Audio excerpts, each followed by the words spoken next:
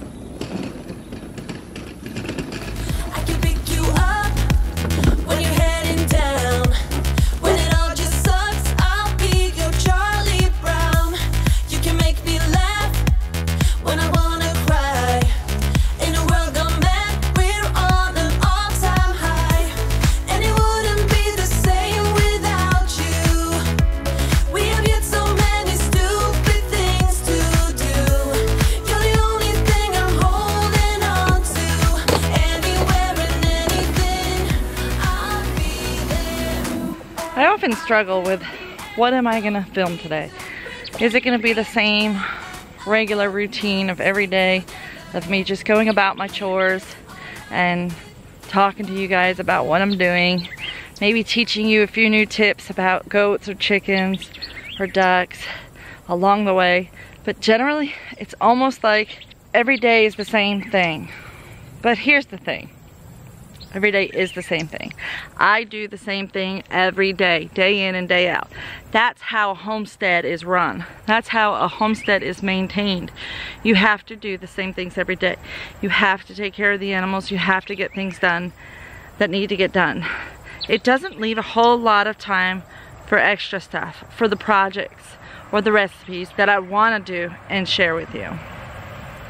So I hope that in between my how-to videos of things that we just happen to come along and show you, that these vlogs are sustaining you in the meantime to show you the everyday life, because the everyday life isn't always as exciting, and I hope that it helps you see it from a different perspective.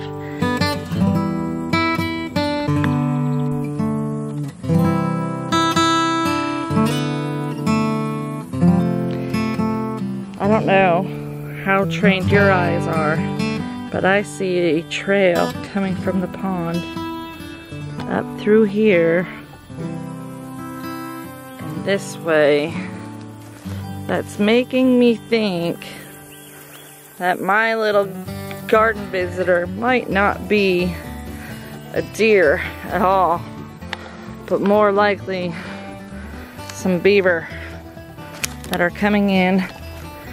Looks like they've made a trail that way too. And you see how it's more of a dragged pattern, more like a beaver would do than a deer. And the deer don't come out of the pond. So I think that may be what's happening to the peanuts. So I got that big weed pile cleaned up and dumped over on the fence line. This one I'm just gonna leave here because it's too big and extensive, and it's just gonna break down on top of this black plastic and be brushed back. As it decomposes, we can just push it back against the wild area.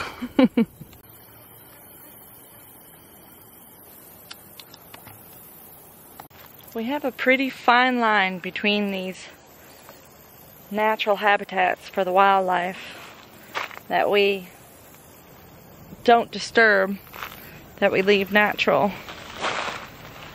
and our cultivated gardens. It makes for some interesting weed battles, that's for sure, and wildlife battles.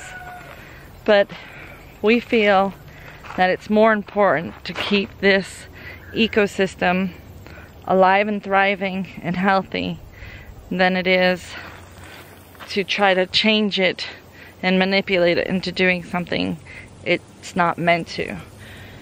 Now, with that being said, we still have to grow our food. So we are still going to use this area as a garden.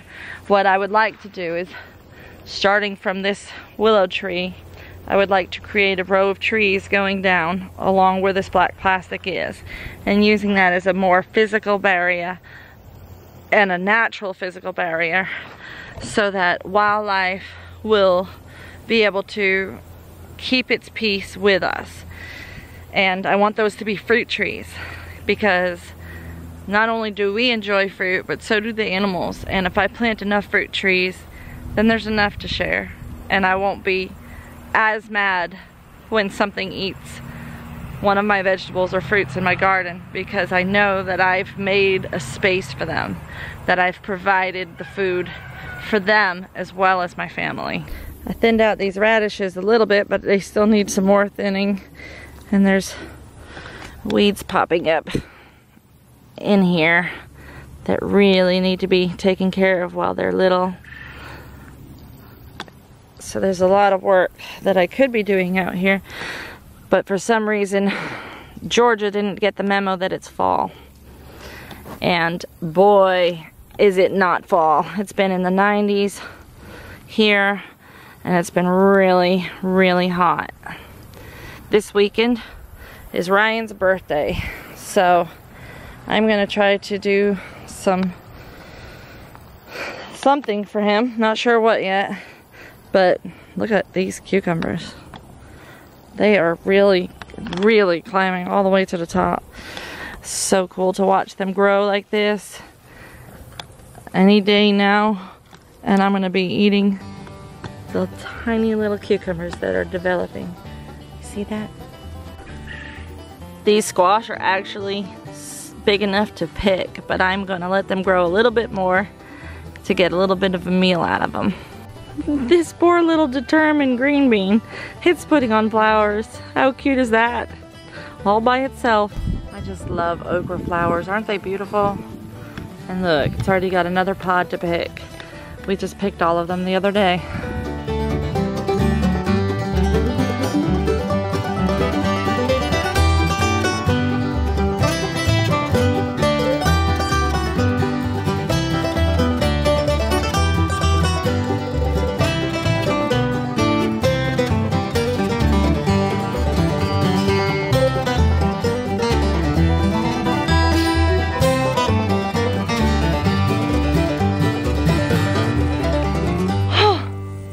Well, it may not be much, but I cut a couple of feet of paths in with the mulch, and it's about all I can handle in this bright Georgia sun. It is much too hot to be working out here.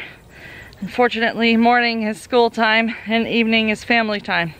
So I don't have a whole lot of time to come out during the cooler hours of the day to work on my gardening. So I do it in bits and pieces, 10 minutes at a time, whenever I can.